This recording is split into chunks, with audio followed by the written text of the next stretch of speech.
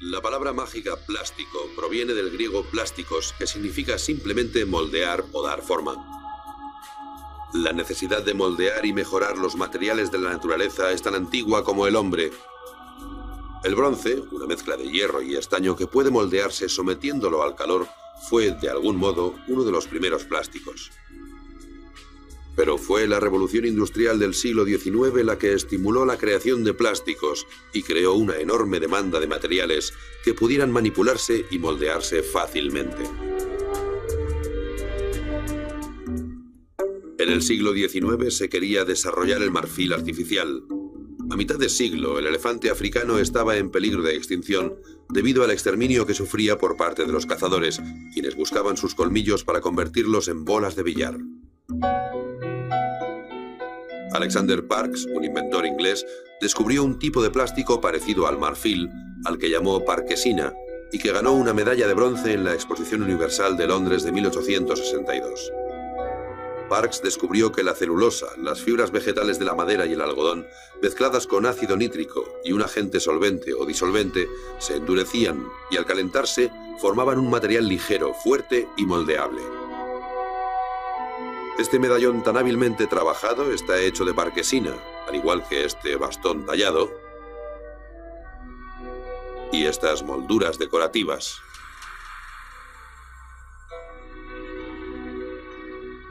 Parkes quería producir parkesina a gran escala, pero no encontró un solvente económico, el ingrediente básico que mezclara la celulosa y el ácido nítrico.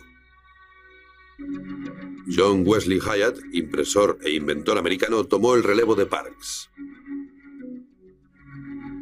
Hyatt tuvo varias ideas geniales. Para empezar, encontró el solvente mágico que uniría a la celulosa y el nitrato, era el alcanfor. También vio el potencial de este nuevo material, el plástico, que se podía producir a gran escala y convertir en infinitos productos. Y aún más importante, fue quien fundó las bases en las que se asentaría la nueva industria del plástico. Para ello, y valiéndose de sus extensos conocimientos de mecánica, diseñó y construyó muchas de las máquinas necesarias para manufacturar y moldear el plástico. Puesto que la celulosa era su ingrediente principal, Hyatt llamó celuloide al nuevo material. El celuloide acabaría convertido en 25.000 objetos distintos. El primero, la dentadura postiza, fue una alternativa a otras dentaduras de goma que resultaban más caras.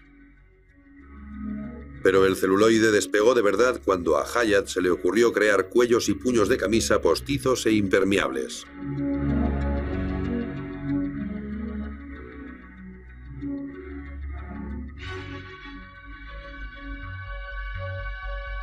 Los cuellos y los puños tuvieron tanto éxito que amenazaron a la industria china de la lavandería, en Estados Unidos, como sugieren alegremente los anuncios de celuloide que aprovecharon el sentimiento antioriental que afectó a este país en el siglo XIX. Otro producto importante hecho de celuloide, el corsé, se fabricaba con ballenas de celuloide que se vendían como inoxidables y resistentes al sudor. Por encima de todo, el celuloide se conocía como el gran imitador, el primer material creado por el hombre que podía copiar materiales naturales considerados de lujo como el marfil, las conchas de tortuga o el hueso. Las imitaciones de Hyatt eran extraordinarias.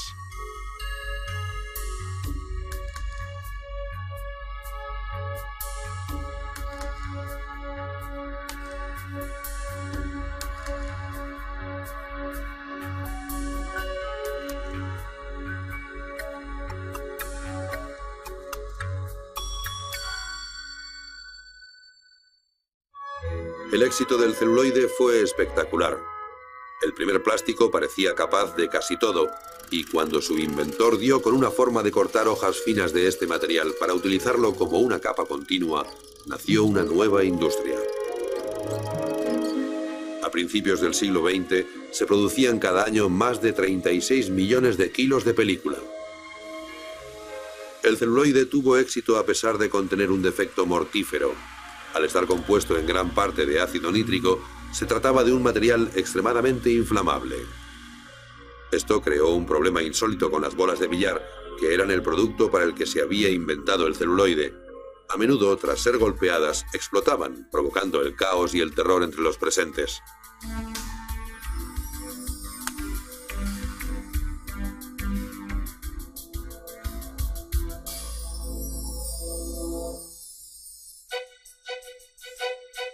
En 1872, el químico alemán Adolf von Baeyer mezcló fenol y formaldehído.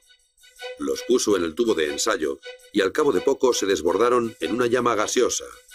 Y entonces sucedió lo que los químicos llaman la reacción fenol-formaldehído. Se mezclaron y formaron una masa pegajosa y viscosa que no servía para nada. O por lo menos no servía para nada hasta que apareció Leo Baekeland, un brillante químico e inventor estadounidense que acabaría siendo considerado el padre de los plásticos modernos. Baekeland estudió la reacción fenol-formaldehído y observó que la sustancia pegajosa se volvía dura al calentarla y que tomaba la forma del continente en el que se hallaba. Sin embargo, la reacción fenol-formaldehído tenía un grave problema. Al calentarlos, los productos químicos emitían un gas que hacía que se solidificaran en una masa espumosa que se desmigajaba fácilmente. Von Hayat se vio obligado a diseñar una forma efectiva de procesar el material. Lo consiguió al inventar el método de calor y presión, y al diseñar una máquina, el bakelizador, que calentaba los productos a altas temperaturas y los presionaba para expulsar el gas y crear un material suave, liso y duro. A este material, descubierto en 1907, lo llamó bakelita. La bakelita representó un paso de gigante en la historia del plástico. A diferencia del celuloide, que se componía básicamente de algodón y madera descompuestos, la bakelita era fruto del tubo de ensayo y no tenía analogía en la naturaleza. Cuando el fenol y el formaldehído reaccionaban al calor, formaban moléculas que no habían producido hasta entonces miles de millones de años de evolución. Había empezado realmente la era de las moléculas y los materiales creados por el hombre. Además, la bakelita dio origen a una nueva y extensa categoría de plásticos, los termoplásticos, que eran duros, resistentes, antiinflamables y prácticamente irrompibles, además de conservar indefinidamente su forma una vez moldeados.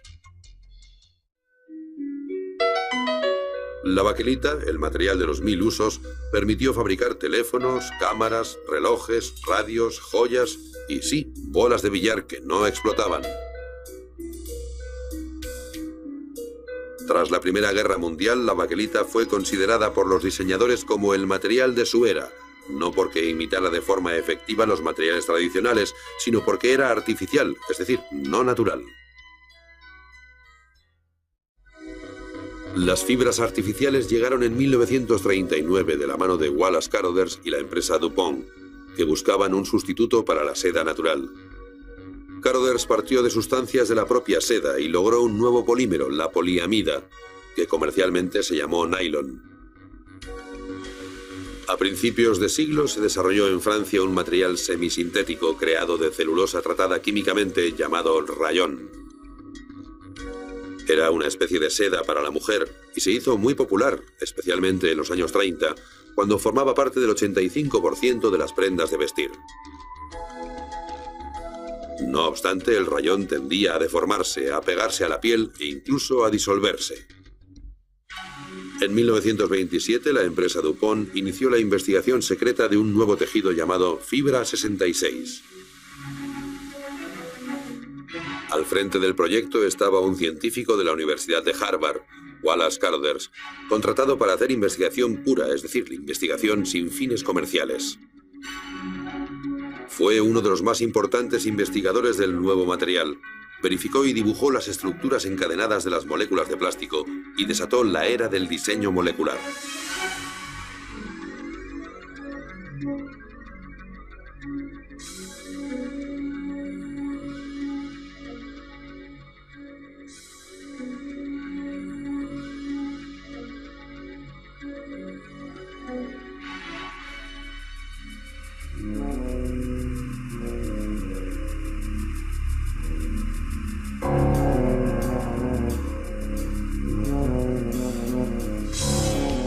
El nylon tenía este aspecto cuando Carothers lo sacó por primera vez del cóctel químico. El material era extraordinariamente flexible y sorprendentemente fuerte, ideal para un amplio abanico de aplicaciones. La primera fue como sustituto de las cerdas animales que llevaban los cepillos de dientes de la época.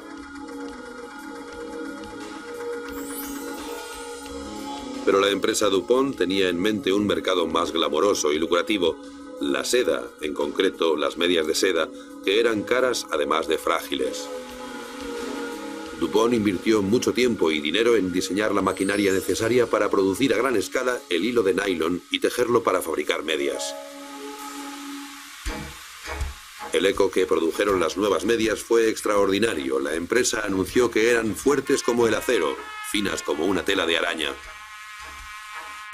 Los periodistas afirmaron que no se hacían carreras en la fibra milagrosa ni con un cigarro encendido, una lima de uñas, una navaja de afeitar o un soplete. A principios de 1940 se puso a la venta y en un solo día todas las existencias de medias de nylon, 5 millones de pares, se habían agotado. Pero la locura del nylon acabó al cabo de unos meses, cuando Japón atacó Pearl Harbor. Todo el nylon, unos 30 millones de toneladas, fue requisado para la guerra y se usó mayoritariamente para los paracaídas. El 14 de febrero de 1946, tras el fin de la contienda, las medias volvieron a las tiendas y su éxito fue aún más arrollador.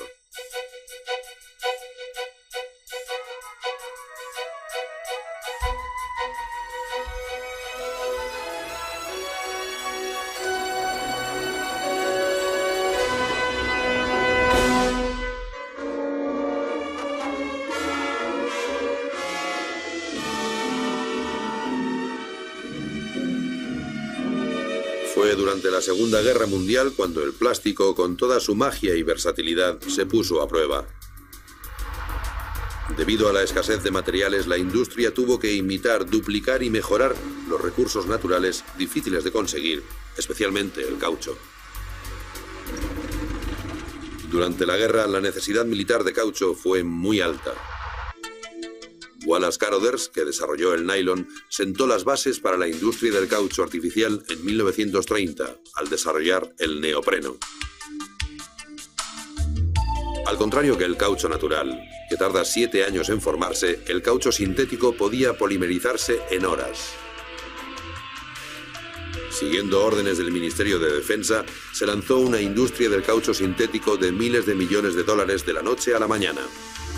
En 1944, 50 plantas producían 800.000 toneladas de caucho artificial al año, el doble de la producción de caucho natural antes de la guerra. Estas reservas tan amplias supusieron una ventaja enorme para Estados Unidos y sus aliados cuando la guerra se convirtió en una guerra de suministros.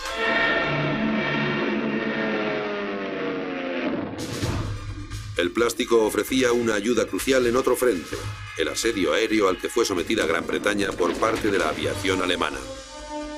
La aviación alemana, con más de 4.000 aviones, empezó a atacar Londres en 1940. El país era defendido por la pequeña y anticuada Fuerza Aérea Real Inglesa, la RAF. Sorprendentemente, los británicos ganaron la guerra aérea y lo hicieron con la ayuda de un plástico secreto llamado polietileno. El polietileno era un aislante eléctrico excepcionalmente resistente y muy ligero. Era la única sustancia conocida que podía aislar los equipos de radar de alto voltaje sin añadir excesivo peso a los aviones. En consecuencia, los pilotos británicos podían llevar radares en los aviones, lo que les daba una ventaja vital de noche y con niebla. La contribución menos conocida y más espectacular del plástico durante la guerra fue el teflón, un material muy resbaladizo que más tarde se utilizó como superficie antiadherente en cazuelas y sartenes.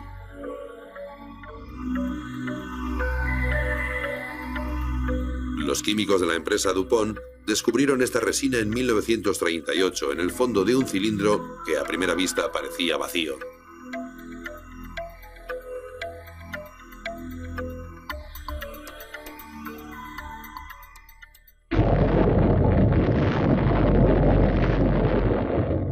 En 1944 se le encontró una utilidad cuando los científicos, en la carrera por partir el átomo, buscaban algo con propiedades singulares.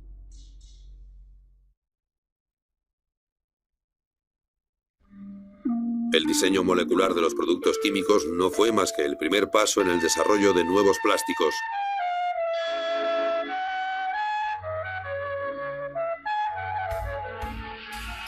La materia prima química de los plásticos tenía que producirse a gran escala. Eran sustancias gruesas, vastas, mantecosas, que a menudo parecían sacadas del caldero de una bruja.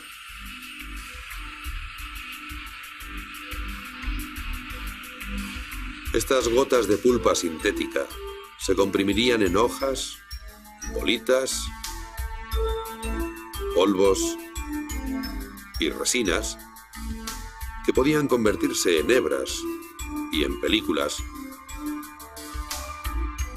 y que podían fusionarse con gas, además de moldearse para crear innumerables productos.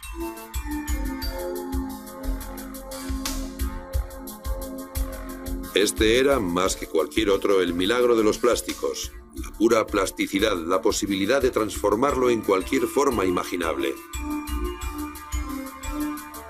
Esos momentos iniciales expresan la forma informe del plástico, su capacidad de ser nada y serlo todo al mismo tiempo.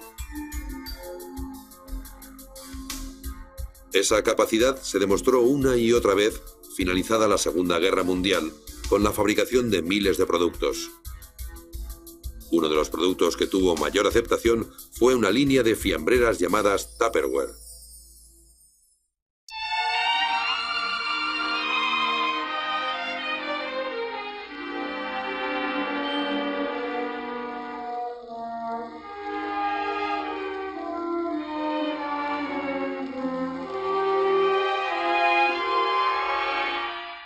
A finales de los años 40, el mañana maravilloso del plexiglas y otros plásticos había llegado. Tras prepararse para la guerra, la industria del plástico atacaba literalmente el frente doméstico. El Tupperware, por supuesto, se convirtió en algo básico en todos los hogares. Esta línea de fiambreras revolucionaria, diseñada por el empresario del plástico Earl Tupper, estaba hecha de polietileno, el mismo plástico que había permitido a los británicos mejorar el radar. Los contenedores elegantemente simples de Tupper eran tan innovadores que las amas de casa no sabían qué hacer con ellos cuando los veían en las tiendas. El Tupperware empezó a venderse a través de la venta directa con las famosas meriendas de Tupperware, en las cuales se mostraba a los clientes sus posibles usos y aplicaciones. El Tupperware, publicitado como arte por 39 centavos, formaba parte de la colección permanente del Museo de Arte Moderno de Nueva York. Tupper lo vendía con garantía de por vida y ayudó a mejorar la reputación de los plásticos de uso diario como bienes de calidad más que como objetos de usar y tirar. Los laminados, como la fórmica, fueron otro plástico revolucionario de la posguerra. La fórmica fue calificada como la maravilla que se limpia fácilmente y transformó las tiendas y grandes superficies con una increíble variedad de diseños.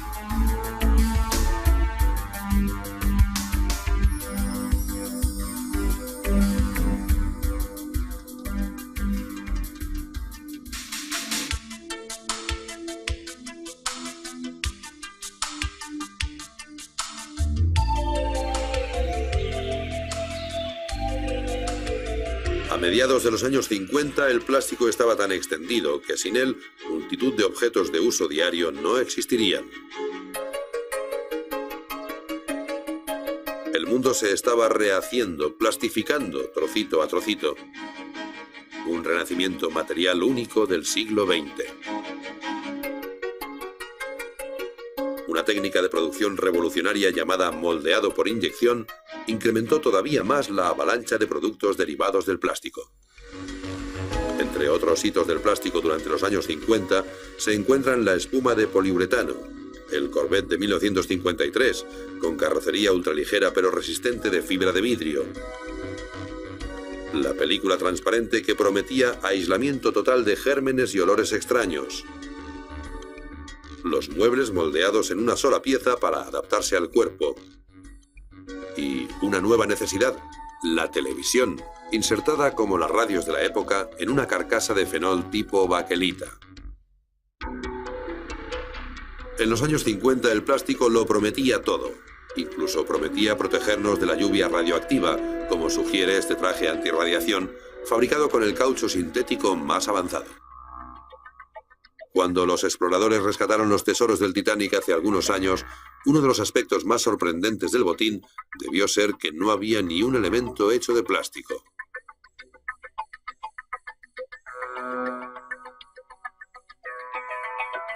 En 1964, de los 44 objetos que Westinghouse puso en su cápsula del tiempo para la Exposición Universal y que debían representar la vida moderna eran de plástico, y el número iba en aumento.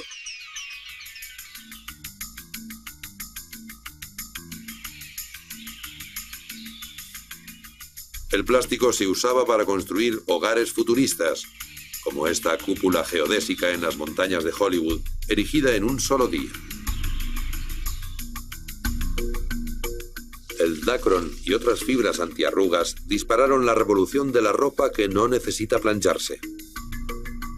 El vidrio artificial, hecho de monofilamento de nylon hilado en una entretela de poliéster, empezó a utilizarse en 1964. Los plásticos resistentes al calor de la era del espacio ayudaron a poner a satélites y astronautas en órbita.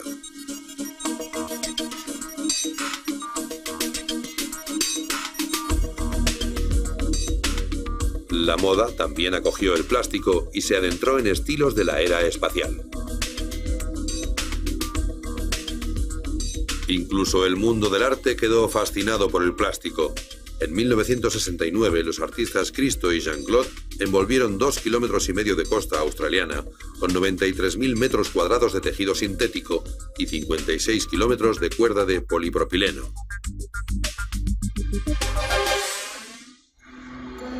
Pero la imagen pública del plástico cambió drásticamente durante la Revolución Juvenil de los años 60. Tras décadas de aceptarlo sin cuestionarlo, el plástico fue objeto de controversia y criticado.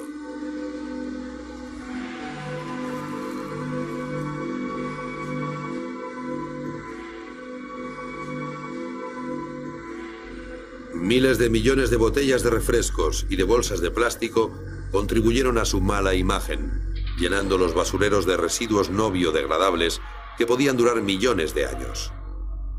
La presunta relación con el cáncer de algunos plásticos, como el PVC, que se usan en multitud de objetos, desde las tuberías hasta los cubiertos, le asestaron a su imagen otro duro golpe, y las emanaciones tóxicas que se producen al quemar el plástico supusieron otro obstáculo.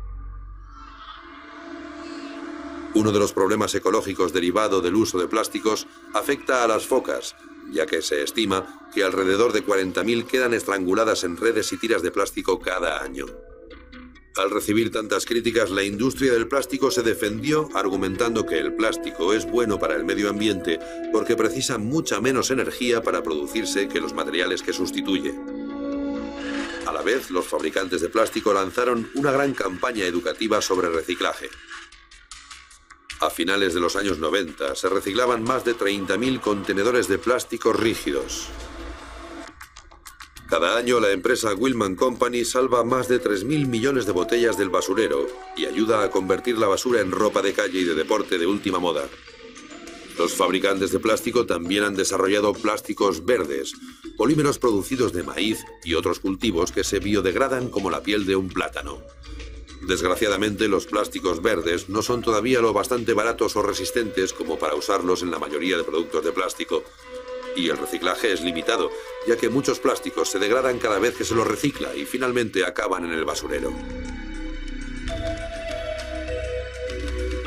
A pesar de estos problemas, los plásticos siguen evolucionando. El Lexan, lanzado al mercado comercial durante los años 70 por la empresa General Electric, es prácticamente irrompible. El Kevlar, desarrollado por la empresa DuPont, era tan fuerte que su fabricante tuvo que negar los rumores de que provenía de otro planeta. El plástico se usaba para hacer de todo, desde el primer avión propulsado por el hombre hasta el coche que no se abolla, pasando por el hielo artificial. Y en el campo de la medicina, el plástico hizo posible darle al hombre un corazón artificial. El plástico ha tenido un papel vital en la medicina desde los años 40, especialmente en el área de las prótesis y los trasplantes de órganos. El cuerpo humano prefiere los trasplantes desarrollados con materiales plásticos a los humanos, los cuales tiende a rechazar. El rechazo es un proceso en el que el material biológico de un órgano trasplantado, por ejemplo, es atacado por anticuerpos y por glóbulos blancos que destruyen ese material. El último corazón del Dr. Jarvik, el Jarvik 2000, es una bomba en miniatura que se introduce en el corazón natural del paciente y está hecha de titanio, dacron, poliuretano, silicona y otros plásticos. El plástico, por supuesto, ha perdido parte de su encanto y de la promesa inicial, según la cual los materiales futuristas podrían resolver cualquier problema y cubrir cualquier necesidad. Y sin embargo, el plástico representa una gran ruptura con el pasado, una nueva era en la que los humanos pueden manipular y diseñar moléculas, crear nuevos materiales y, en un sentido muy real, reinventar la naturaleza.